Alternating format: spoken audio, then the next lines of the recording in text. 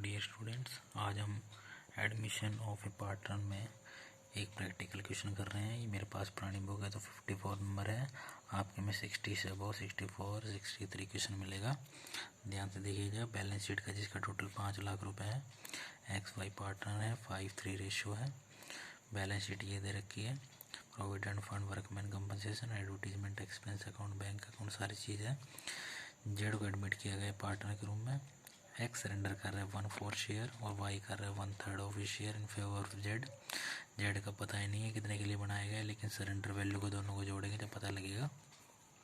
Goodwill है, ये value 1,60,000 रुपये है। जेड 2/5 हिस्से के लिए गुडविल में कैश ला रहा है। 1,50,000 रुपये कैपिटल के लाया है।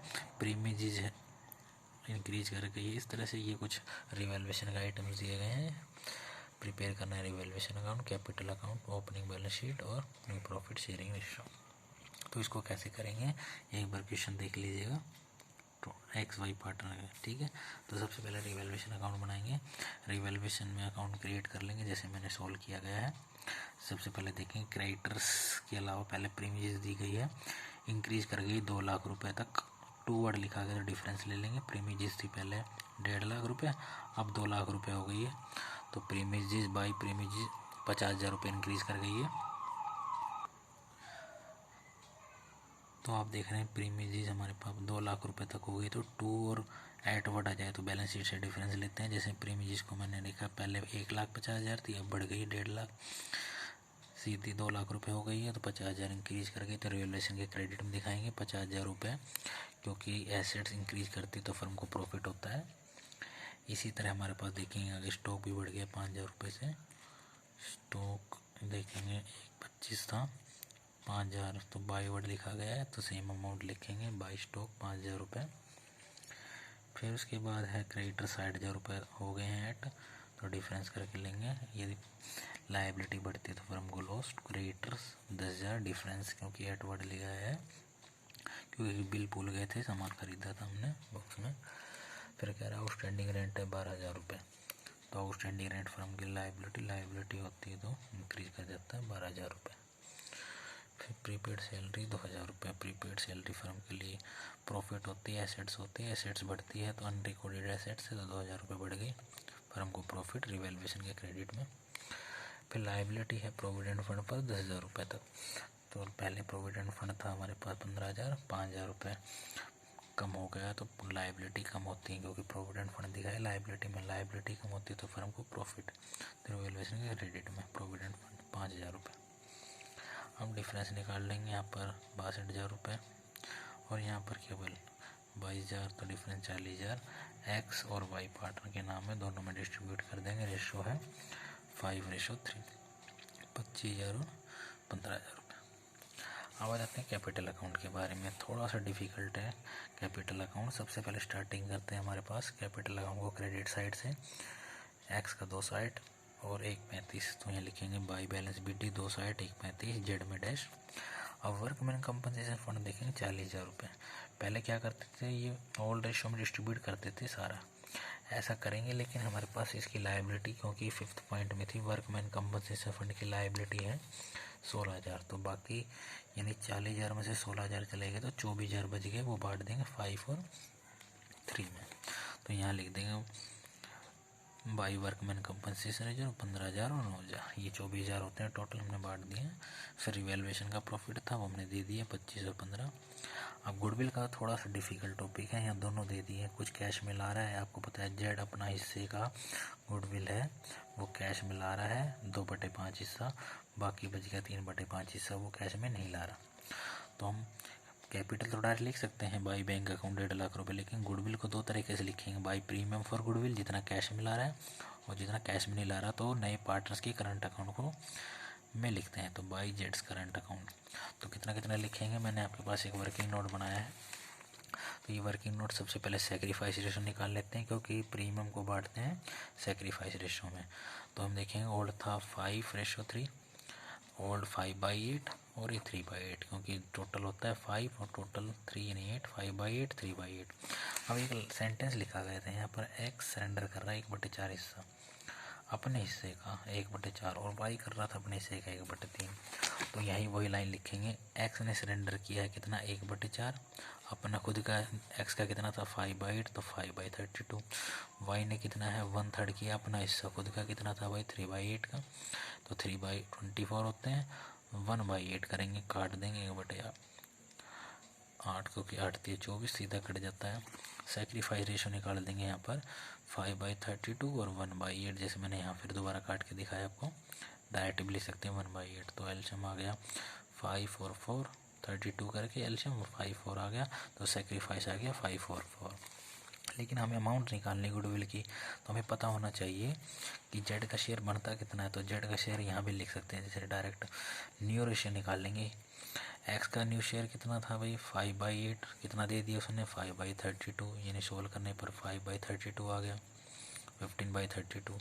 ऐसे वाई का सोल्व कर लेंगे, पुराने वाला कितना था 3/8, इसमें से इसने दे दिया था 1/8 तो 8/32 बचता, तो यहाँ पर डायरेक्ट 2/8 है, लेकिन एलशियम 32 है तो हम बराबर करने के लिए 4 और 4 से मल्टीप्लाई कर देंगे 8/32। और मेन है जेड का शेयर कितना है, क्योंकि क्वेश्चन में नहीं बताया था कि जेड कितने के लिए बनाया गया है सरेंडर वैल्यू।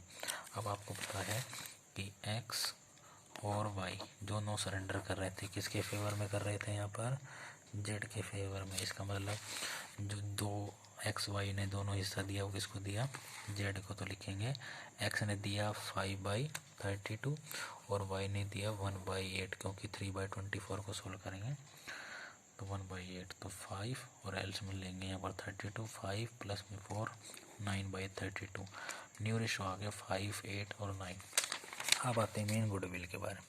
तो जेड का शेयर कितना बनता है गुडविल में, तो फौरी फर्म की गुडविल दे रखी है एक साइड 1,60,000 में, उसका शेयर निकालेंगे 9/32 45,000 रुपीज़ आता है। अब आपको पता है कि सारे तो कैश में नहीं ला रहा, जेड ब्रिंक्स ला रहा है 2/5 शेयर गुडविल का कैश में, बाकी मैंने आगे नहीं बताया तो इसका मतलब कैश नहीं ला रहा।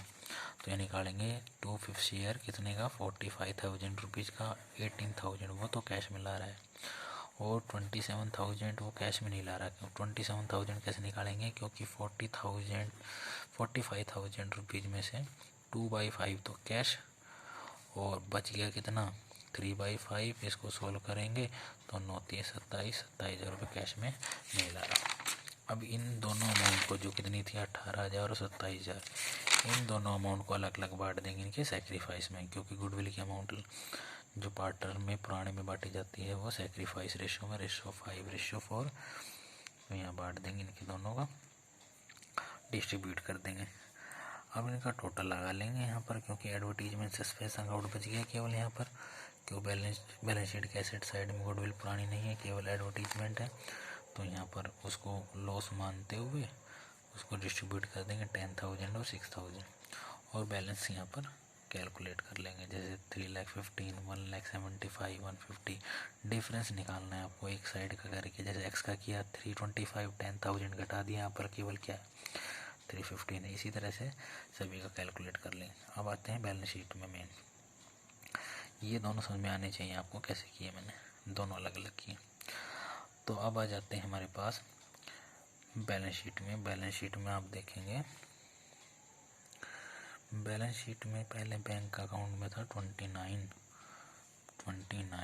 और फिर उसके बाद आपको पता है 1.5 लाख रुपए कैपिटल के, ये 18,000 रुपये उसके गुडविल के कैश में लाया था 197। अब आ जाते हैं डेटर्स। डेटर्स देखेंगे तो 180 के थे, कोई चेंजमेंट नहीं था एज इट इज। स्टॉक घट गया था, बढ़ गया था 5,000 रुपये से। स्टॉक देखेंगे पुराना 125 तो 130 हो गया। प्रीमिजेस कितने की थी पहले 150, लेकिन अब कितनी हो गई थी प्रीमिजेस 2, मतलब सेम अमाउंट लिख देंगे 2 लाख रुपीज़। फिर उसके बाद देखेंगे ये चला ही गया एडवर्टीजमेंट सस्पेंस अकाउंट, हमने डेबिट कर दिया था। फिर कोई नई एसेट्स आई तो यहाँ देखेंगे, क्योंकि एसेट्स प्रॉफिट होती है प्रीपेड सैलरी, तो ये लिख देंगे प्रीपेड सैलरी। और जेड के करंट अकाउंट को, जेड का करंट अकाउंट कितना था 27,000, वो कैसे निकालेंगे करंट अकाउंट, क्योंकि जो कैश में नहीं लाया था 27,000 रुपये के, वो लेके जाते हैं नए पार्टनर्स के करंट अकाउंट में, तो इतना पैसा लेना है वो बैलेंस शीट के एसेट साइड में। अब आ जाइए हमारे पास लाइबिलिटी में क्रेडिटर्स कितने के 50 के, तो यहाँ 60 के हो गए। क्यों? क्योंकि क्रेडिटर 60,000 रुपये तक प्रूव हुए थे। और फिर उसके बाद देखेंगे और क्या थे। प्रोविडेंट फंड 15,000 का था, लेकिन प्रोविडेंट फंड देखेंगे 10,000 रुपये तक हो गया था, तो ये लिखेंगे 10,000 रुपये। उसके बाद नए लाइबिलिटी वर आउटस्टैंडिंग रेंट, फिर आउटस्टैंडिंग रेंट आ गया था। फिर आपने देखा था वर्कमैन कंपनसेशन फंड 40,000 था, बांटा तो था, लेकिन उसमें 16,000 रुपये हमने बांटे थे। यहाँ पर केवल ये नहीं बांटा था, 16,000 रुपये की लाइबिलिटी थी, तो लिख देंगे liability for workman compensation claim 16,000। और बाकी कैपिटल अकाउंट की बैलेंस, जो बैलेंस शीट ये की हमने, ये एज इट इज यहाँ लिख देंगे।